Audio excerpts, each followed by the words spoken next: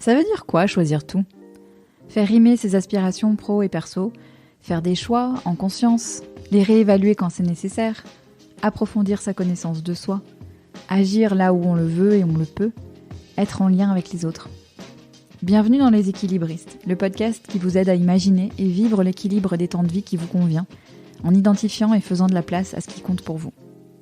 Je m'appelle Sandra Fiodo et je suis la fondatrice de Conscious Cultures, une société dont la mission est d'aider les entreprises à comprendre et prendre en compte qui sont leurs salariés, leurs besoins réels et aspirations, et concevoir les conditions qui leur permettront de fournir leur meilleur travail.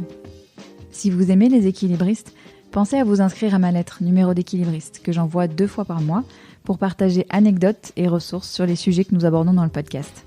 Le lien pour vous inscrire est dans les notes de cet épisode. Merci de votre écoute. Je me réjouis de faire avancer ces sujets avec vous. Salut mes équilibristes. Ça faisait un moment que j'avais envie de parler du couple, de ce qu'on lui donne, de comment on le nourrit et de ce qu'on y puise.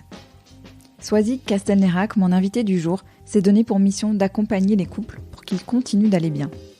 Depuis 4 ans, elle développe le concept Save Your Love Date pour donner envie aux amoureux d'être acteurs de leur couple. Dans sa démarche, et qu'il s'agisse de ses carnets, de ses livres, du podcast co-animé avec Marie-Lise Richard, au cœur du couple, la question est celle du soin et l'attention portée au couple comme une hygiène du quotidien.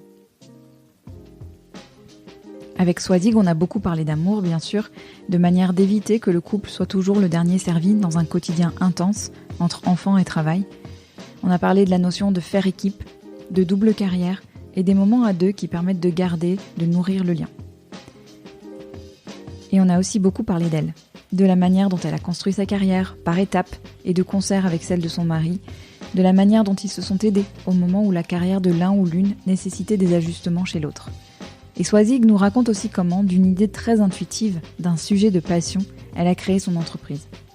J'ai adoré l'énergie de Swazig, sa lumière et sa manière d'assumer ses choix, de leur donner un sens. Je vous souhaite beaucoup de plaisir à l'écouter. Bienvenue Swazig. Bonjour Sandra, je suis ravie d'être là. Merci d'avoir invité sur ton micro. Avec grand plaisir. Je suis trop contente que tu sois là aussi. Est-ce que tu peux commencer par te présenter? T'es qui, Swazig? Alors, je suis Swazig Castelnerac, j'ai 44 ans. Je vis sur Toulon. Je suis mariée avec Arnaud depuis 17 ans maintenant et ensemble, nous avons 4 enfants. Ils sont grands maintenant parce que l'aîné a 16 ans et la dernière a 10 ans. Donc, on a passé l'âge des tout petits. Voilà un peu pour le contexte en tout cas aujourd'hui. Et au niveau pro, j'ai monté il y a maintenant bientôt 5 ans une boîte qui s'appelle Save Your Love Date et dont l'objectif est de créer des outils de communication pour les couples pour vraiment aider les couples à durer et puis à communiquer sereinement, quotidiennement et durablement. 3 beaux mots. On va en reparler après. J'ai très envie de savoir comment t'étais petite, dans quel environnement t'as grandi, avec quel message, aussi bien sur le couple que sur la vie en général. Alors, moi, j'ai grandi dans une famille nombreuse puisqu'on était 5 frères et sœurs.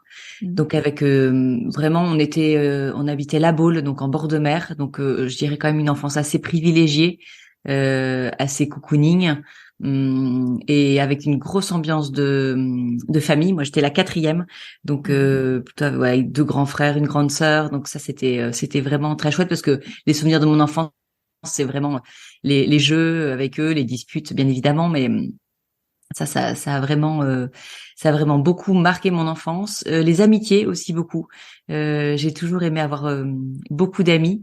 J'ai eu la chance de pas changer d'école et d'environnement. Donc il y a encore une de mes meilleures amies, je l'ai rencontrée en 6e. Donc ça c'est vraiment chouette. Et donc une enfance assez privilégiée avec message du couple. Alors mes parents et c'était pas les meilleurs en communication l'un avec l'autre. Alors moi je l'analysais pas du tout, hein. C'est évidemment maintenant avec le recul et je pense que ils sont passés à côté de pas mal de choses à cause de ça.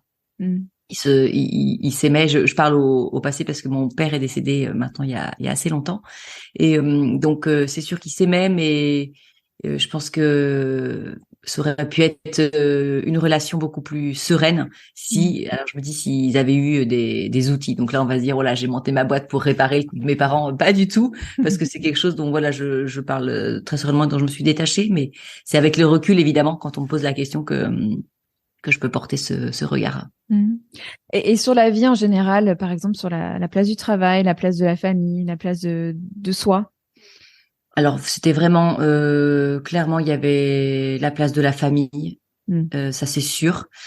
La place de soi, mes parents ont toujours eu, même si ils ont eu beaucoup d'enfants, ils ont vraiment eu toujours à cœur de qu'on ait tous nos activités. Ils ont vraiment été à notre écoute. Moi, j'étais quand même une petite fille j'étais une ado dynamique, et donc j'avais pas mal d'activités. Et c'est vrai que ça, ils ont toujours été à l'écoute de ça, pour inviter les amis à la maison, pareil. Quand c'était l'âge des sorties, mon père venait me chercher à la sortie des boîtes de nuit. Voilà, il disait pas oui à tout. Il y avait des règles, il y avait des valeurs, ça très clairement. On a eu une éducation assez encadrée, mais en même temps, ils ont quand même su écouter chacun de nous et faire en sorte qu'on puisse s'épanouir dans nos domaines. Ouais. Mm. Et donc tu disais, vous avez eu 4 enfants avec Arnaud. Mm. Euh, Comment ça a impacté votre vie et votre vie de couple, mais votre vie professionnelle aussi? Comment ça a joué là-dessus? Alors notre vie de couple, tu vois, pour nous ça a vraiment été assez facile, ces 4 enfants. C'est vrai que c'est quelque chose qu'on n'entend pas souvent, mais moi je dis vraiment sereinement, on en a parlé plein de fois avec Arnaud. On se souvient pas de difficultés particulières parce que je pense que si on n'a pas tout focalisé sur nos enfants, et je pense que ça a beaucoup aidé.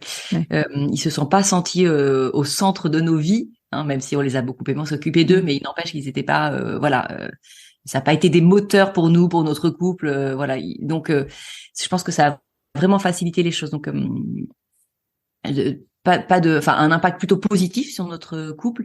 Et au niveau pro, alors c'est vrai que nous, on avait cette particularité qu'Arnaud il partait en mission parce il était sous-marinier. Donc, il y avait ce rythme de départ en mission. Il partait entre 2 et 3 mois.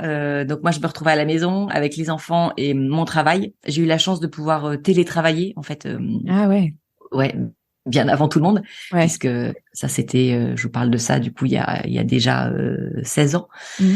Donc ça m'a permis de pouvoir toujours avoir une activité pro. Alors peut-être pas à l'époque aussi développée que j'aurais aimé, mais en même temps ça m'allait bien de pouvoir être toujours à la sortie d'école, de jamais les mettre en garderie ni le matin ni le soir, de les mettre à la crèche quand ils étaient petits, mais pas tous les jours. Donc en fait je me suis bien accommodée de ce rythme-là. Ouais. C'est vrai qu'à un moment donné, quand on a eu notre dernière, et qu'on m'a proposé un poste qui était plus intéressant et qu'il a fallu dire non. Bon là effectivement ça a un peu tiqué, ça a un peu fait mal. Je me suis dit voilà, je pourrais pas accéder vraiment au niveau que j'aimerais avoir dans j'étais en clinique sur Nantes. Mais donc il a fallu faire un peu un deuil, mais après en fait on comprend tout parce que sans ça je me serais pas lancée dans ma boîte d'aujourd'hui, Ah ouais. évidemment. Donc voilà, bah je pense que non, parce que je me serais certainement davantage peut-être accrochée à ce poste. Mhm. Donc j'aurais pas. En fait, une fois que j'ai refusé ce poste, je voulais quand même continuer de travailler, donc je me suis installée à mon compte, mais en tant que juriste, je faisais de l'information juridique. Et du coup, je me suis mise à mon compte, j'ai développé ma clientèle, j'ai appris à faire tout ça, ce qui m'a emmené derrière quand j'ai voulu lancer cette Love Date, finalement, il y avait déjà un travail qui avait été fait là-dessus, donc ça m'a pas fait peur. Ouais. Donc tout s'explique quand on regarde. Quand on regarde derrière dans le rétroviseur, ouais, c'est clair, c'était les briques. Mais j'ai envie de revenir quand même sur ce choix que tu avais fait de refuser ce poste parce que c'est des choix qu'on n'explicite pas souvent. Et j'aimerais comprendre quel a été ton processus de décision, tu vois, pour. En fait, je revenais de congé maternité. J'ai écrit à mon directeur à l'époque en lui demandant si on pouvait un peu changer le rythme parce que j'allais à Nantes à peu près tous les 15 jours, toutes les 3 semaines pendant 3 jours. Là, voilà, on avait une petite quatrième. Arnaud partait toujours. Donc, je me suis dit, ça devait devenir compliqué. Donc, j'ai dit, est-ce que, en fait, je peux venir un peu moins souvent? Et eux, en fait, en retour, il y avait un poste qui se libérait auprès, justement, du directeur, et il m'a dit, bah voilà, nous, on pensait au contraire, vous mettre davantage de responsabilités. Voilà, là, évidemment, on a discuté avec Arnaud, mais de toute façon, je veux dire, dès que j'ai lu la proposition, je savais très bien que c'était pas réalisable. On habitait à Crozon à l'époque, donc à 3 heures de Nantes. Enfin voilà, c'est du déplacement. J'aspirais quand même plus à un équilibre de vie, de couple et familial que vraiment à une carrière pro. D'accord.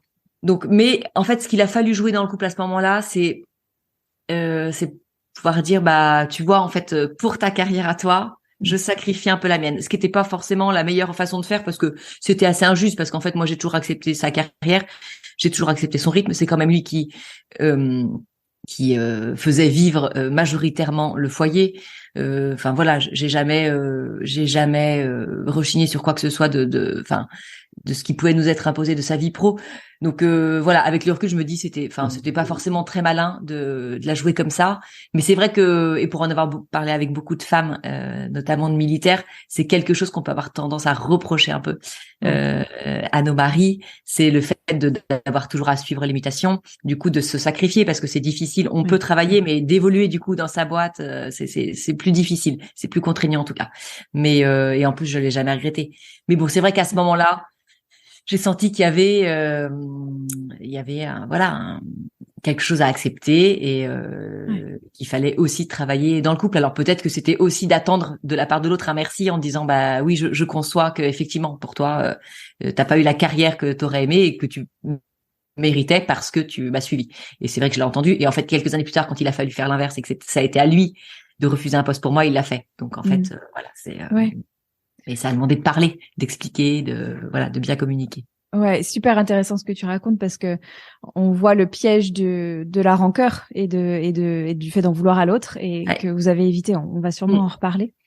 Je suis très curieuse de l'histoire qui a fait que t'as voulu faire de ce sujet du couple ton sujet de travail finalement. Moi, ce que je vois tous les jours à mon âge, autour de nous, de plus en plus de couples qui se séparent parce que le couple est devenu la variable d'ajustement et donc le dernier servi.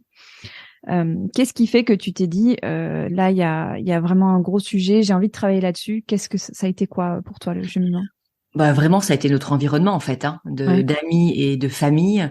Donc quand on a lancé ça, je dis on parce que Arnaud a été partie prenante. On avait 40 ans, donc vraiment un âge un peu de remise en question en fait, pour soi, pour son couple. Et donc on voyait autour de nous, alors pas forcément des séparations, mais des couples qui avaient plus la pêche, quoi, qui faisaient plus rien ensemble, qui partageaient plus rien, où les enfants avaient pris énormément de place, des couples qui se parlaient mal, où il y avait pas la tendresse. Et vraiment. On en parlait assez souvent avec Arnaud et enfin vraiment, ça nous faisait mal au cœur. On disait mais ils avaient tout en fait sur le papier. Et puis aujourd'hui, bah franchement, il se passe plus grand chose. Et nous, c'est vrai qu'on avait la chance d'être accompagnés toujours par le prêtre qui nous a mariés. Donc on le voyait, et on le voit toujours 1 à 2 fois par an. Et à chaque fois, il nous remettait en question. Nous, on arrivait vraiment la fleur au fusil en disant bah franchement tout va bien, on va discuter ensemble, mais on va bien. Et puis bam, il arrivait à mettre le doigt sur un truc, un autre, et on se disait mais incroyable, il est trop fort. Et toujours par des questions en fait. Il imposait pas. Mais il nous connaissait bien et hop, 1 ou 2 questions et ça relevait des choses et on partait avec Arnaud dans une discussion qu'on n'aurait jamais eu sans lui. Et ça, souvent, on en témoignait et nos couples d'amis disaient mais vous avez trop de chance, c'est tellement précieux cet accompagnement que vous avez. Et là aussi, il y avait quelque chose un peu qui a mûri dans ma tête. Il y avait une petite idée mise en place par leur réflexion. Et puis, je sais pas, vraiment un jour en voiture, j'ai eu cette idée. Je me suis dit ok, il faut que pour ces couples qui n'ont pas forcément accès à quelqu'un d'extérieur pour les aider, alors sans parler d'un thérapeute parce que moi je me positionne pas du tout dans la thérapie de couple, mais ces couples qui vont bien, mais qui se laissent aller, qui sont dans la routine, qui sont un peu dans la lassitude et qui se mettent en danger. Je veux en fait travailler pour ces couples-là. Et donc c'est comme ça que m'est venue l'idée des carnets. Je me suis dit, parce qu'on m'avait suggéré d'écrire un livre en fait avec nos idées, puis je me sentais pas prête à ça. Puis comme j'avais un côté un peu donneuse de son, je me suis dit voilà, c'est risqué de s'embarquer là-dedans.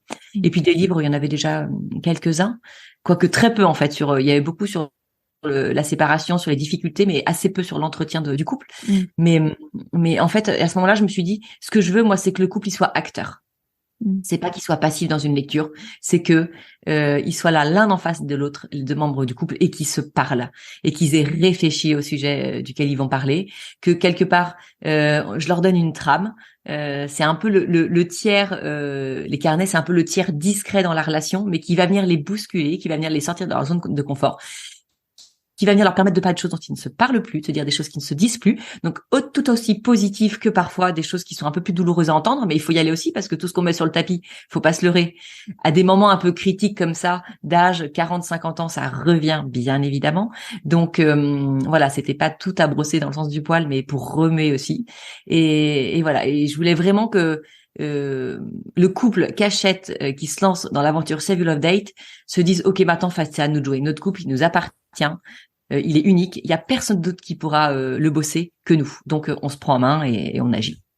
J'adore les questions, moi. Je suis une passionnée de questions. T'as un exemple de question que t'adores, que tu trouves hyper puissante? Alors, celles qui sont, par exemple, dans le premier rendez-vous qui s'appelle Qui sommes-nous, où on se relie soi, on relie l'autre et on relie son couple, c'est vraiment les questions, voilà, où on donne à l'autre 3 adjectifs. Et ça, c'est tout bête, hein. Mais franchement, on ne se le dit plus du tout. Et quand l'autre est là, en face de nous, et qui nous attribue 3 qualités, en expliquant un peu, évidemment, mais enfin, ça fait un effet incroyable parce qu'on se dit, ok, en fait, aujourd'hui, après 5 ans, après 10 ans, après 15 ans de vie commune, après nos 2 enfants, c'est comme ça que tu me vois et tu me vois encore comme ça, mais en fait, j'en avais même pas trop conscience. Et c'est trop beau parce qu'on se le dit plus, en fait, dans le quotidien. Donc là, quand on est posé dans un moment qui est beau, qui est intime et qu'on reçoit ça, mais c'est une force et une énergie incroyable. Donc je sais que celle-ci, elle fait toujours beaucoup d'effets parce que il y a toute une redécouverte du regard que l'autre pose sur nous. Et ça, c'est très fort. Et quand on se pose la même question pour son couple, quand on est à 2 à réfléchir, ok, en fait, notre couple, quelles sont les compétences de notre couple aujourd'hui? Et là, qu'à 2, voilà, on échange ces réponses. C'est hyper fort. On dit, ah, au fait, ah ouais, ok, notre couple, tu le vois comme ça. Ben, c'est trop beau. Donc voilà, ça c'est vraiment. Et après, c'est vrai que sur chaque thème, il y a 12 thèmes en fait de réflexion qui reprennent les 12 fondamentaux de la vie de couple. Et dans chaque thème, il y a des questions très fortes comme ça. Moi, je pousse le couple à se redécouvrir après ces années de vie commune. Voilà, ce temps qu'on ne prend plus. Et puis, on pense tellement que l'autre est acquis et ne change pas. Mais en fait, on change tous les jours. Mais il faut s'en rendre compte parce que sinon, un jour, on perd le fil, quoi. Et c'est ça qui est dangereux. C'est hyper intéressant ce que tu dis parce que je pense qu'on a souvent l'impression de tout savoir de l'autre et donc on va à plus demander ou à dire. Moi, j'entends souvent non mais je sais exactement ce qu'il va me répondre et c'est pas positif en général, tu vois. C'est plus je connais, je sais ses travers et tout. Donc c'est vachement super intéressant ce que tu racontes et c'est drôle parce que ce réflexe on le prend avec les enfants, on prend le temps de leur renvoyer leurs qualités et on le fait plus avec le couple, quoi. Et oui, parce qu'on nous éduque beaucoup là-dessus. Ouais. On nous éduque beaucoup à être à l'écoute de ses enfants, à les encourager, à les aider à avoir confiance en eux et tout ça. Mais en fait, il faut faire la même chose dans son couple. Pour soi, déjà, bien évidemment, pour l'autre et pour son couple en tant qu'entité à part entière. C'est hyper important. Dans les 5 clés de l'amour durable, là, le livre qu'on a écrit avec Marie-Lise, il y a tout un chapitre sur valoriser son couple, mais combien c'est important dès qu'en couple on a réussi quelque chose, ne serait-ce que réussir à avoir organisé des vacances, rentrer de vacances, d'une semaine de vacances qui s'est bien passée en famille, se dire bah franchement bravo, elles étaient canon ces vacances, bravo pour leur gars, bravo pour ce qu'on a su insuffler, bravo pour ce qu'on a ce qu'on a pu découvrir. Voilà, c'est tout bête. Notre fils a 10 ans, on lui fête ses 10 ans. Bah, t'as vu le petit bonhomme que c'est? Bah, franchement, on peut être fier de nous. Bravo. Oui, c'est plein de petits, de choses comme ça dans la vie qu'il faut saisir pour valoriser son couple. Ouais. Ça me fait beaucoup penser à cette histoire de gratitude. En fait, c'est changer ses lunettes, quoi. C'est regarder les choses en se disant, waouh. Enfin, il y a quelque chose qui me paraît important et je farfouille un peu sur tes posts Instagram et tu l'as évoqué à un moment donné, c'est à quel point dans cette ère de réseaux sociaux, on projette. Je trouve que le couple, c'est un lieu de projection presque le plus intense, j'ai remarqué. On a toujours l'impression que les autres, ça se passe beaucoup mieux chez eux, que tout roule. On est souvent surpris, on se dit, mais on entend une séparation, un truc, on dit, mais ah bon, vous? Enfin, et je voulais t'entendre sur ce sujet-là. Tu vois, toi qui prends beaucoup toi qui nous prends la parole, c'est ton sujet, la pression que ça met aussi, toi, Ouais. Ouais, c'est vrai que c'est un sujet entre Arnaud et moi, moins maintenant parce qu'on a là encore beaucoup parlé. C'est vrai que moi, sur mes réseaux sociaux, je veux donner une image positive du Ouais. couple et de l'amour parce que je suis là pour ça et parce que j'y crois. Cette image positive que je donne et ne veut pas dire que un couple n'a pas ses moments de crise, Mm. n'a pas ses périodes plus difficiles, n'a pas ses disputes et ça, voilà, il peut m'arriver évidemment de communiquer là-dessus. Mais moi, je suis là pour dire, c'est possible. Et un couple, Ouais. ça peut être beau, et un couple, ça peut être intense, même après 10, 15 ans de vie commune. Et un couple, ça peut durer, et il n'y a pas de fatalité. Et voilà. Donc, évidemment, quand Ouais. on part de ce postulat du message à faire passer, franchement, il y a d'autres comptes qui le font très bien de faire, enfin, de communiquer sur tout ce qui peut être difficile dans un couple. Donc, à la limite, Mm. je leur laisse ça. Ouais. Donc, évidemment que pour notre couple, ça a été surtout qu'au début, en fait, c'était pas mal nous la base des publications. Mhm. Avec nos photos à l'époque, bon, j'avais pas le moyen de faire des shootings, j'en avais peut-être même pas l'idée, donc c'est vrai que et je prenais pas des images sur internet comme ça. Donc du coup c'était beaucoup nous. Et alors bon par rapport déjà à la famille, aux amis, ça n'a pas toujours été simple parce qu'ils avaient cette impression qu'on mettait beaucoup notre couple en avant et en valeur. Après on n'a jamais triché. Franchement, Mm. à chaque fois qu'il y a une publication sur nous deux, elle est vécue et il y a rien de faux. Et de toute Mm. façon, je pense que ça se Ça se sentirait. voit. Ouais, ouais, complètement. Donc Mm. ça c'est très vrai.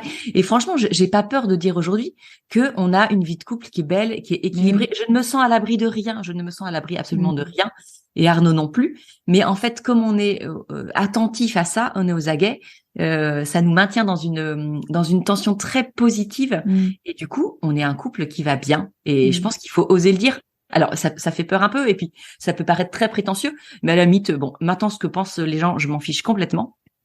Et parce que c'est sûr que j'en ai parfois des réflexions, ah bah oui, votre couple, tout est beau, tout est parfait. Alors je leur dis, attendez, si on en est là aujourd'hui, c'est aussi parce qu'on travaille, c'est parce qu'on si on y est C'est attentif ça. et que c'est pas Ouais. sans rien. Ouais. Mais du coup, c'est pour ta question de départ, c'était comment, voilà, nous, dans notre couple, l'impact dans notre couple. Et c'est vrai que parfois, on a eu cette discussion de se dire, enfin, c'était surtout Arnaud de dire. Quelle pression on a en fait avec Save You Love Date Mm. de cette image. Alors pas tant sur les réseaux sociaux parce qu'en fait on parle jamais vraiment de nous, Mm. mais peut-être plus par rapport à l'extérieur, aux amis et à la famille. Bon, bah et puis moi j'ai en tout cas ça j'ai l'impression que ça m'emmène vers le haut. C'est vrai que quand on se dispute ou quand il se passe quelque chose entre nous, je me dis tiens là quel conseil en fait tu donnerais, Mm. tu vois quel public tu ferais là-dessus pour dire ou quel public t'as déjà fait sur ce sujet. Et là je me dis attends si toi tu l'as dit, enfin applique-le à toi-même. Et donc en fait je dirais Ouais. effectivement ça met une petite pression, mais ça m'aide. Donc Mm. je dirais que aujourd'hui c'est plutôt positif. Ouais, ouais, ouais, mais c'est ça que je trouve chouette dans ta démarche, c'est que c'est jamais donneur de leçons. Ça se voit que c'est du vécu et qu'on a besoin aussi d'avoir ces images-là, ces modèles-là, qui sont pas courants et avec le message très clair c'est du travail en fait. Et le C'est travail, du c'est quelque chose travail. de positif. Enfin, c'est pas une corvée. C'est un Pas travail du tout. volontaire de plaisir parce que c'est important. Eh oui, oui, oui. Et surtout, c'est un travail dont on récolte les fruits. Donc, Ouais. parce que parfois, effectivement, travailler, ça peut être un peu rébarbatif, Mm. parce que voilà, le labeur est pas facile. Mais là, le couple, quand on travaille pour son couple, Mm. normalement, on en recueille des fruits qui sont, enfin, Mm. voilà. Donc, c'est ça qui fait se dire que de se mettre au travail pour son couple, ça doit rester quelque chose d'agréable. Ouais. Alors, j'ai lu avec beaucoup, beaucoup de plaisir les 5 clés de l'amour durable. Euh, et j'avais envie qu'on revienne sur quelques conseils ou idées, en tout cas, qui m'ont beaucoup interpellée et beaucoup parlé. Il y a une première chose que vous évoquez avec Marie-Lise, c'est cette idée enfin, il y a plein, plein de choses. Donc, on va pas rentrer dans tout et puis il faut Non. aller lire le livre, mais cette idée de séparer les émotions. Tu vois, il y a beaucoup cette idée de quotidien en fait dans ce que tu dis parce que notre vie est un quotidien et enfin est composée à majorité du quotidien et le gros risque c'est de devenir des co-logisticiens. Enfin il y a des semaines, tu vois, on a vite cette impression là.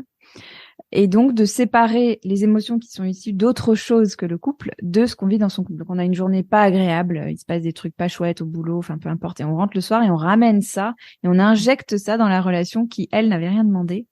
Euh, tu peux dire un mot là-dessus? Je trouve que c'est un sujet hyper important. Oui, bah, t'as bien expliqué. expliquer effectivement ce qu'on vit un peu tous, hein, ce côté où quand on a vécu quelque chose de difficile dans sa journée ou quelque chose de pénible, effectivement le premier qui va en subir les conséquences le soir, qui va subir notre humeur, c'est notre conjoint et parfois même nos enfants. Donc, ce qu'il faut vraiment, je pense, savoir mettre en place, et ça j'aime beaucoup parler du cercle vertueux, c'est se dire que le soir on va se retrouver. Ah, tu dis on peut vite effectivement être des co-organisateurs, des co-logisticiens dans sa semaine, mais en fait c'est pouvoir se dire chaque jour à quel moment on se retrouve tous les deux, ne serait-ce que 20 minutes, 30 minutes, mais quel est notre moment? Et franchement, moi, les couples qui me disent on n'a pas le temps, je n'y crois pas parce qu'on a le temps de scroller une demi-heure, un minimum une demi-heure par jour. Donc, on a le temps de se retrouver une demi-heure par jour. Donc, quel est ce moment qu'on va prendre de notre bulle à nous deux où on va pouvoir parler de notre journée? Et ça, c'est quelque chose vraiment qu'on pratique avec Arnaud. Non seulement tu parles de ta journée, mais tu parles de celle qui vient. Donc, tu t'intéresses à ce que l'autre va faire le lendemain, ce qui veut dire que quand tu vas te retrouver le lendemain, tu pourras l'interroger sur ce qu'il a vécu. Donc, tu as vraiment un fil que tu maintiens au jour le jour, mais qui est tellement essentiel. Et t'entretiens du coup une conversation, t'entretiens une connaissance de l'autre. Tu sais, voilà, à quel moment tu dois être là pour lui. C'est essentiel. Et en fait, quand à ça, quand il t'arrive quelque chose dans la journée, moi, quand il m'arrive quelque chose de cool, quand j'ai une super bonne nouvelle pour le boulot ou voilà un truc vraiment relou, je sais que le soir je vais le retrouver et je vais pouvoir lui en parler. Donc ce qui fait que t'as pas de, tu vois, intérieurement tu ne rentres pas chez toi avec un peu cette je veux dire cette colère ou en tout cas cette à décharger. Non, parce que tu sais que tu vas avoir cette oreille et que tu vas pouvoir avoir ce moment où tu vas en parler en tant qu'adulte. Donc ça fait vraiment beaucoup de bien, tu vois, au mental d'avoir ça. En fait, l'autre, il est vraiment dans la vie de tous les jours, il doit vraiment être ton coéquipier, tu vois, ton soutien. Alors ça peut faire rêver quand je dis ça, mais sincèrement, ça, c'est quelque chose qui se vit quand on le met en place. Mais une fois encore, c'est de se dire chaque jour à quel moment on prend tous les deux pour se retrouver. Ok, en fait, s'il faut pas regarder ce soir notre série, on la regarde pas. Et s'il faut juste qu'on passe une demi-heure, une heure à parler ensemble, on parle. Mais voilà. Et ça, si je peux dire très vite, le petit conseil que j'adore donner, c'est vraiment cette idée de se garder le dîner à deux, de ne pas manger avec les enfants et de se dire, comme c'est un passage obligé, le repas, c'est de se dire en fait on dîne tous les deux. Donc on mange avec les enfants autour de la table, sans manger nous-mêmes, on les couche et après, ok, on se resserre à table. Et comme ça, on est obligé de se voir. Sinon on a vite fait après le dîner en famille de tous vaquer à nos occupations et là on se loupe. Mais ouais. On se perd, ouais, complètement. Et t'as parlé de coéquipier, c'est ma prochaine question. On entend toujours ce terme, tu vois, de faire équipe. Je pense qu'on peut l'interpréter de mille manières. Ça veut dire quoi pour toi? Et ça me rappelle, j'avais interviewé Marie-Pierre Arnaud qui parlait exactement de ça, qui disait, on a le choix, en fait, de faire équipe ou de passer son temps à se faire des reproches. Qu'est-ce que ça veut dire faire équipe pour toi? Faire équipe, c'est quelque chose qui est très naturel en début de relation, vraiment d'être là l'un pour l'autre, de se dire tiens, on met tel projet en route, comment est-ce qu'on se sépare un peu les tâches? Qu'est-ce que toi tu veux faire? Où est-ce que toi tu es compétent? Et qu'est-ce que moi j'aimerais m'attribuer? Ok, ça en fait ça nous dérange tous les deux. Bon, comment est-ce qu'on le partage? C'est vraiment se dire sur tel projet qu'on veut mettre en place, telle mission, comment est-ce qu'on se répartit les rôles. Donc ça peut être sur une mission, mais ça peut être le quotidien, sur une journée type d'orga entre 7h du mat et 22h, avec toute la charge mentale qu'on a et toute l'orga qu'on a à mettre en place. Comment est-ce qu'on se répartit les rôles? Souvent, enfin, c'est ce que je vois dans les couples qu'on accompagne avec Marie-Lise, c'est ce côté où c'est encore beaucoup la femme a pris toute la charge de l'organisation de la maison et des enfants. C'est très banal ce que je dis, mais ça reste très vrai et très vécu. Et parce qu'en fait, quelque part, elle s'en sent un peu obligée, et puis sous prétexte que son homme, il finit tous les soirs à 19h, 19h30 parce que il a un poste important et que c'est exigeant. Du coup, elle le décharge de tout ça, alors qu'elle-même peut travailler à côté. Et en fait, je crois qu'il y a vraiment des choses à rééquilibrer, des conversations à avoir en disant non, attends, là en fait, c'est notre maison, c'est notre famille. En fait, on fait équipe pour ces journées-là. Donc moi, ça, j'ai plus envie de le faire. Est-ce que c'est possible? Est-ce qu'on peut se partager? Comment est-ce qu'on peut s'organiser? Et il y a vraiment des choses comme ça qui peuvent se débloquer et qui vont assainir évidemment la relation de couple, parce que quand il y a un déséquilibre comme ça, ça empathie forcément dans l'ambiance du couple. Ouais, c'est vrai. Donc le faire équipe, il peut être dans le quotidien, mais il peut être l'organisation. Bon là, tu vois, peut-être ça sera bientôt Noël, je ne sais pas quand tu dis diffuse l'épisode, ça sera passé. Mais tiens, Noël, comment est-ce qu'on organise les fêtes, tu vois? On en parle ensemble, les cadeaux, le dîner, le repas, si on part, qui prépare les valises, tu vois, qui fait l'entretien de la voiture. En fait, là, sur ce projet-là, qui fait quoi? Et en fait, ce côté faire équipe, ça veut dire qu'on a confiance en l'autre, parce qu'à partir du moment où il a pris une mission en main, on va pas être là à contrôler toutes les 5 minutes ce qu'il a fait. Donc, on a confiance en l'autre, et à côté de ça, quand ce sera fini, on pourra se valoriser, se féliciter, se dire merci. Franchement, merci pour ce que tu as fait. Voilà, on a traversé la France pour aller voir nos familles, t'as conduit, bah merci de l'avoir fait. Tu vois, ça rejoint ça aussi le faire équipe. C'est le faire équipe quand tu passes à l'action, mais derrière, c'est aussi savoir mettre ça en valeur et savoir se dire les petits mots qui font qu'on a fait une bonne équipe, tu vois. Ouais, c'est tous les trucs qui sautent, quoi, parce que on est dans le tourbillon.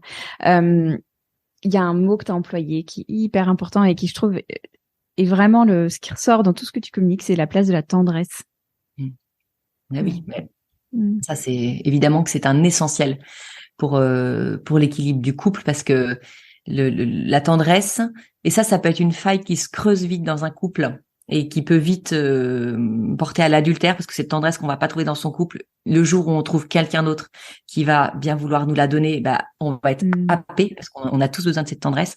Donc une fois encore, c'est quelque chose qui est très présent en début de couple, et puis après, on va avoir tendance à beaucoup plus la donner à ses enfants, et puis à oublier l'autre dans cette tendresse, parce qu'on se dit aussi que se donner la main en balade, quand on a 40 ans, ça se fait plus, se faire du pied sous la table, s'embrasser amoureusement, franchement, on a passé l'âge, mais tellement, il faut lutter contre ça, et on en a tellement tous besoin. Donc la tendresse qui est à la fois physique, mais qui est à la fois dans les mots, toutes ces petites choses qu'on peut mettre en place au quotidien pour exprimer sa tendresse à l'autre, le petit texto quand on sait qu'il va vivre quelque chose d'important dans la journée, même pour le remercier de la soirée qu'on a passée, tous ces petits mots qui vont qui vont faire en fait le terreau de notre relation, et puis toute cette tendresse aussi qui est essentielle pour la vie sexuelle qu'on veut avoir. Voilà, enfin, j'allais dire la relation sexuelle, elle commence déjà dans cette tendresse du quotidien. Ouais, carrément. En fait, j'ai l'impression que ton message, c'est vraiment prendre soin du quotidien au sens large, quoi. Ouais, c'est vraiment ça, parce que je sens que c'est vraiment ce qui perd beaucoup les couples aujourd'hui. Moi, je dis que je suis pas dans la thérapie, mais je suis vraiment dans le bien-être amoureux, parce que je trouve que ça manque aujourd'hui, et que si on alerte les couples là-dessus et qu'on leur donne, nous on est toujours dans des moyens très concrets, que ce soit dans le livre avec Marie-Lise, dans le podcast, encore dans les derniers livres Viens on s'aime, c'est concrètement, voilà des petites choses que vous pouvez mettre au quotidien, qui sont à votre portée, mettre en place au quotidien, qui sont à votre portée, et qui vont avoir de l'effet tout de suite sur votre couple. Et si vous entretenez ce quotidien, si vous le soignez ce quotidien, mais vous allez voir que en fait, ça va. Enfin, la vie va vous être vraiment allégée. Et je reprends ce terme de cercle vertueux, mais rentrer dans ce cercle vertueux. Et plus on est bien dans son quotidien, plus aussi on a envie de vivre des choses à côté un peu plus extraordinaires. Donc pourquoi il y a pas mal de couples qui partent plus à deux? Parce qu'ils ont peur de plus rien avoir à se dire, parce qu'ils ont peur que voilà, il y a des gros blancs, de pas se retrouver à l'aise l'un avec l'autre. Mais en fait, quand on entretient ça au jour le jour, on n'a qu'une envie. En fait, c'est juste de s'échapper à deux et de se mettre dans sa bulle, quoi. Cette bulle qu'on a un peu tous les soirs pendant 20-30 minutes, on veut la vivre pendant 48 heures. Ouais. Je voudrais qu'on change un peu complètement de sujet, et qu'on parle de toi et de ce projet qui était au départ une passion, un sujet qui t'intéressait beaucoup, dont tu as fait une marque et une entreprise. Ça a été quoi les étapes pour toi? Comment on transforme cette conviction en ce projet à impact que tu as créé? Alors, écoute, moi, je suis assez entière. Donc, à partir du moment où j'ai eu l'idée, vraiment, j'avais 3 heures de route, ça a déroulé très vite dans ma tête. T'étais encore en poste à ce moment-là? Oui, j'étais encore en poste. Enfin, du coup, j'avais monté ma boîte en information juridique. Donc, j'étais déjà indépendante. Mais bon, j'avais mes clients, à partir du moment où j'ai eu cette idée, j'y ai cru tout de suite. J'en ai parlé avec Arnaud. J'en ai parlé avec un cercle très restreint d'amis et de proches qui me connaissaient très bien, en leur soumettant l'idée. et qui m'ont dit c'est canon. En fait, il m'en a pas fallu plus. J'ai même pas fait d'études de marché, ça ne m'intéressait absolument pas. Moi, j'ai pas du tout de, tu vois, de bagage, école de commerce, rien du tout. Donc, j'avais pas ces réflexes en tête. Et quand bien même, je pense que j'aurais pas pris le temps, parce que à partir du moment où j'avais mon idée, où je pensais qu'elle était bonne, rien ne pouvait m'arrêter. Donc, voilà, je me suis pas alourdi la tâche, en tout cas avec ça.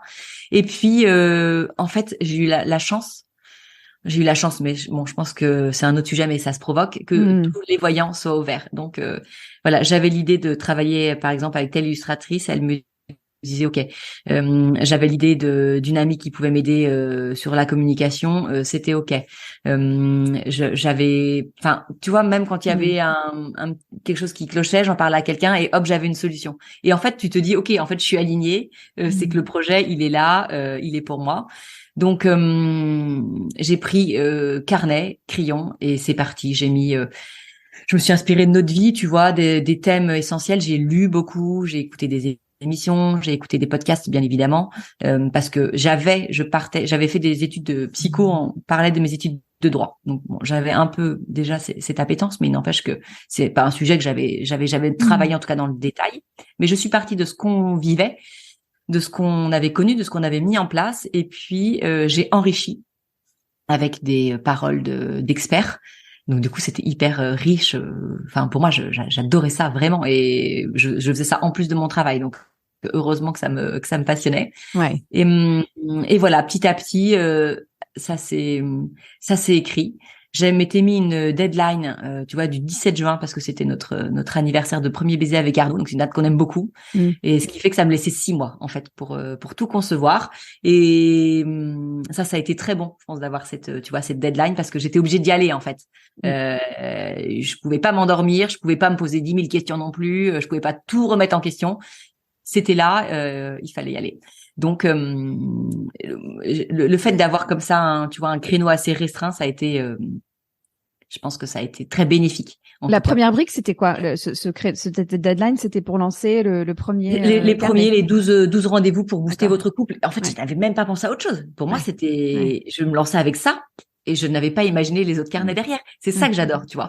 Si on m'avait dit 4 ans après, tu éditerais avec Albin Michel, non, mais j'aurais dit jamais, impossible. Ça, c'est ça je suis partie avec une toute petite idée.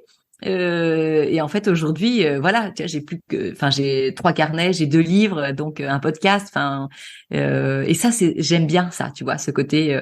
Tu sais pas trop l'idée que tu vas avoir demain. Mais en fait, t'es toujours inspiré. Et bam, il y a quelqu'un qui t'envoie l'idée et c'est parti. Et j'adore, en fait. Parfois, on me demande mes objectifs à 3 ans. Mais je dis, me demandez rien, je n'en sais absolument rien. Enfin, il y a 1 an, je ne savais pas que je serais avec Albin Michel. Donc, dans 1 an, je ne sais pas. Laissons faire. Mais voilà, moi, je suis d'un tempérament très confiante et j'ai absolument confiance en la vie et en la providence. Donc, du coup, ça, voilà, je me mets pas de pression là-dessus. Ouais. C'est super chouette. Et donc, tu as lancé ce premier projet. Et après, tu nous racontes, parce que je pense qu'il y a plein de personnes qui écoutent, qui ont des projets en gestation dans leur tête. Je pense que ça leur fera du bien d'entendre. Ça a été quoi l'étape d'après pour que ça s'enchaîne? Pour que ça s'enchaîne. Alors déjà, justement, ceux qui entendent et qui hésitent, moi, je n'avais aucun bagage là-dessus, hein, vraiment en marketing, en communication, en commerce, rien du tout. Donc, j'ai pas fait de formation non plus, j'avais absolument pas le temps, mais je me suis inspirée de femmes, un peu plus de femmes qui avaient fait un peu comme moi et qui avaient lancé leur marque en partant un peu de rien, qui pouvaient avoir des bagages universitaire, tu vois, plus approfondi que les miens là-dessus, mais il n'empêche qu'elle partait pas grand-chose au départ, donc je me suis beaucoup inspirée de ça. Ça m'a fait dire, ok, en fait, c'est possible. Voilà, tu peux le faire et c'est pas si compliqué. Moi, je suis pas un génie, hein, donc franchement, si je peux le faire, je pense qu'il y en a beaucoup qui peuvent le faire. Et quand tu me dis l'étape d'après, en fait, tu vois, j'ai pas en tête vraiment des étapes. Enfin voilà, j'ai sorti les carnets le 17 juin. Derrière, on est parti à Tahiti parce que Arnaud a été muté, donc je me suis retrouvée à l'autre bout de la terre alors que je venais de lancer mon projet en France. Bon, donc ça a pas été le plus simple, mais encore une fois, je le savais. Je le savais très bien quand je me suis lancée, mais là encore, ça a pas été un frein. Donc voilà, tu vois, j'étais complètement décalée. Enfin, on a 12 heures de décalage horaire. Enfin, j'étais vraiment à l'autre bout du monde. Mais voilà, je me suis organisée pour que ça se fasse. J'ai beaucoup travaillé la nuit, du coup, tu vois, pour être synchro avec la France. Je suis revenue plusieurs fois. Et donc, au bout de 2 ans, en fait, et là, quand tu me demandes une étape, et j'en reviens à ce que je disais tout à l'heure avec Arnaud, on pouvait être prolongé 1 an. Et moi, j'étais arrivée, je crois, au bout de ce que je pouvais donner, en fait, à distance. Et je sentais que, tu vois, j'avais conçu quelque chose qui avait du potentiel, mais qu'en étant si loin, je pouvais passer aussi à côté. Et que quelqu'un qui passait par là et qui avait la même idée, en étant sur place, en étant meilleur, il allait cartonner. Donc, voilà, franchement, j'ai demandé à Arnaud, j'ai dit, écoute, je crois que là, j'aimerais bien qu'on rentre, en fait, pour vraiment que je puisse lancer Sealed au taquet. Alors lui, il adorait sa vie là-bas, il avait un poste de fou. Donc voilà, ça a été pas mal de discussions, mais en fait ça s'est fait quand même assez naturellement parce qu'il a compris, puis il s'est dit ok, en fait c'est le jeu aujourd'hui, c'est à mon tour. Donc on est rentré au bout de 2 ans, et là effectivement le fait de revenir en France ça a été une vraie étape parce que d'être dans la place, hein, tout simplement, ça m'a ouvert plein de portes. Ça m'a permis d'être beaucoup plus présente sur les projets, et ça a permis effectivement, ça a donné un nouvel élan à ma boîte, ça clairement. Et ça, Swazik, quand tu étais à Tahiti, t'avais ta boîte toujours de côté juridique et Non. tu faisais Sealed en plus? Non, tu faisais Non. à À fond. partir du moment où j'ai sorti les carnets le 17 juin, voilà, j'ai raccroché, j'ai fermé ma boîte et je partais à Tahiti. Et de toute façon, si ça demandait vraiment à être 300%, si je voulais que ça marche et que ce soit pas juste un petit hobby. Et puis en plus, j'avais investi des fonds, mine de rien, donc perso, donc il fallait que ça fonctionne. Hein. Il y a une prise de risque. Quand même, tu vois, j'en avais imprimé 1000 premiers carnets en double, donc quand même un budget non négligeable. Et je me souviens d'amis qui m'avaient dit, tu sais, même un politique qui sort un livre, franchement, s'il en vend 1000, c'est qu'il a bien vendu. Bon, je me suis dit, ok, enfin, on verra bien en fait, hein, tant pis, parce que 1000, c'était intéressant pour le coût, si tu veux, au carnet. Donc j'avais pas trop le choix, quoi. Et puis en fait, je les ai clairement vendus et j'ai réimprimé largement depuis. Donc voilà, il faut avoir peut-être aussi une part un peu inconsciente, tu vois. Avoir confiance. C'est ça en fait. En la vie, parce que si tu réfléchis trop et tu te poses trop de questions, voilà. Après, je nous ai jamais mis en danger. J'avais essayé de chance aussi, mais c'est de l'argent aussi qu'on avait et qu'on a décidé d'investir pour ça, qu'on aurait pu mettre dans autre chose. Donc il y a eu des choix de poser aussi. Je voulais qu'on parle encore de toi, de savoir comment tu prends soin de toi, Swazig. Parce que tout ce qu'on dit là, ça suppose aussi de bien se connaître pour pouvoir échanger avec l'autre, de bien s'écouter. Donc comment ça se passe pour toi? Alors c'est pas quelque chose que j'ai appris, qui m'a été inculqué dans mon enfance, mais je pense que c'est assez, c'est ce qui se retrouve dans notre génération à nous des quarantenaires. Je pense que nos parents étaient pas au fait de ça dans leur éducation. Donc c'est m'écouter, apprendre à me connaître. C'est vrai que j'ai eu des activités, j'ai fait beaucoup de scoutisme par exemple, donc ça c'est quelque chose qui m'a beaucoup aidé là-dessus. Mais après, j'ai perdu mon père quand j'avais 20 ans, donc ça a un peu tout chamboulé. Donc il y a un moment, je pense que je me suis perdue. Et j'ai eu la chance un peu d'être rattrapée, et je sentais en fait dans cette période-là que je me reconnaissais pas. Enfin, j'étais pas alignée avec moi-même. Je peux le dire maintenant une fois encore avec le recul, ce qui me permet aujourd'hui justement de pouvoir dire que je suis, que je me sens bien, que je me sens alignée vraiment avec ce que je veux être.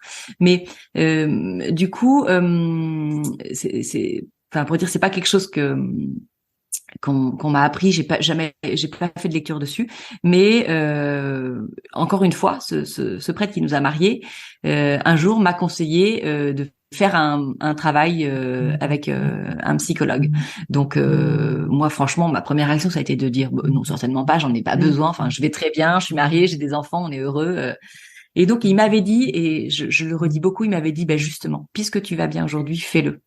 Parce que c'est pas quand ça va mal qu'il faudra en fait relire comme ça ton histoire, notamment le fait d'avoir, enfin même si j'ai perdu mon père d'une façon douloureuse et c'est quelque chose qu'il fallait vraiment comprendre, accepter et éclaircir.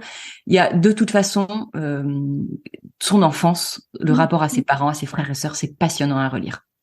Donc je lui ai dit ok, bah, je vais le faire comme une démarche intellectuelle. Dans ce cas, vous me demandez, voilà, comme ça, je prenais un peu de distance. Bon, en fait, je me suis carrément prise au jeu et j'ai vraiment aimé. Ça a duré 1 an. J'ai vraiment aimé et j'ai senti en fait tous les fruits que ça m'avait apporté.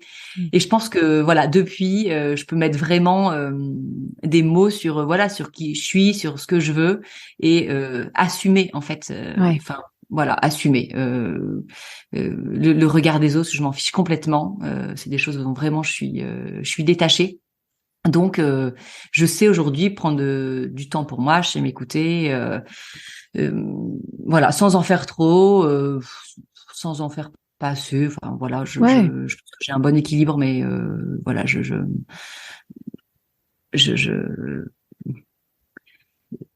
c'est parce qu'en en plus, c'est vrai que c'est quelque chose qu'on prône avec Save Your Love Day, c'est aimez-vous vous-même parce que c'est la base, tu vois, de tout. Et combien notamment, tu vois, dans les jeunes couples qu'on accompagne, parce que donc après les 12 rendez-vous pour booster votre couple, j'ai fait les 12 rendez-vous pour s'engager dans une vie à deux, pour dire aux jeunes couples, franchement, ne vous engagez pas à la légère. Si vous jouez faux au départ, enfin, vous allez, ça ne marchera pas, ça ne durera pas, c'est sûr. Et les conséquences pourront être difficiles à vivre. Donc, et c'est vrai qu'on leur dit beaucoup quand on leur parle, par exemple avec Marie sur le podcast. Et moi, ce que je rencontre, je dis, franchement, même si vous avez l'impression que tout a roulé dans votre vie, essayez de faire ce travail, de bien vous connaître, de mettre des mots sur les douleurs, sur les blessures que vous avez pu connaître. Il y a tant de couples, si l'un ou l'autre avait fait ça, mais il serait tellement plus léger aujourd'hui parce que ça revient toujours. Donc voilà, je prône pas à fond la psychothérapie, mais franchement, moi par exemple, c'est quelque chose que je fais très facilement avec mes enfants. D'aller voir un psy quand il y a quelque chose qui cloche, il y a quelque chose qu'on n'arrive pas à dénouer, qu'on sent une tension, une angoisse qui est pas normale, bam, on le fait. Bah, franchement, j'ai jamais regretté et je me dis mais donc voilà, c'est un cadeau. Ouais, c'est un cadeau, clairement. C'est un cadeau pour soi et ça peut être un cadeau pour les autres et parfois ça peut être un cadeau pour son couple aussi quand on en a besoin. Ouais, complètement. Et tu vois, c'est rigolo, j'avais partagé cette histoire dans une newsletter, mais non, le diacre qui nous avait préparé au mariage, il nous avait offert un miroir au moment du mariage avec une petite inscription au dos qui disait bien se regarder avant de regarder l'autre. Et ce truc, ça, tu vois, ça me fait des frissons rien que d'y repenser, mais c'est fort quoi comme message. C'est si tu avant de même sans parler de reproches, mais en fait même avant d'aller regarder ce qui va pas chez l'autre ou de voilà, de toute façon, si tu passes à côté de toi, tu passeras à côté de l'autre. Clairement. Donc il faut prendre ce temps et je pense à tout âge, à toute étape. Et même si aujourd'hui il y a je sais pas un couple qui nous écoute en se disant bah nous du coup c'est loupé parce que c'est vrai que c'est un travail qu'on n'a pas fait en amont, c'est dommage, mais non en fait ça peut se faire à tout moment. Alors effectivement ça peut être douloureux, ça peut être ça fait rejaillir des choses toujours, mais en fait c'est toujours bénéfique au bout du parcours, au bout de l'aventure, c'est toujours bénéfique. T'as employé le mot équilibre à un moment donné là il y a pas longtemps. C'est ma prochaine question, ça veut dire quoi pour toi l'équilibre?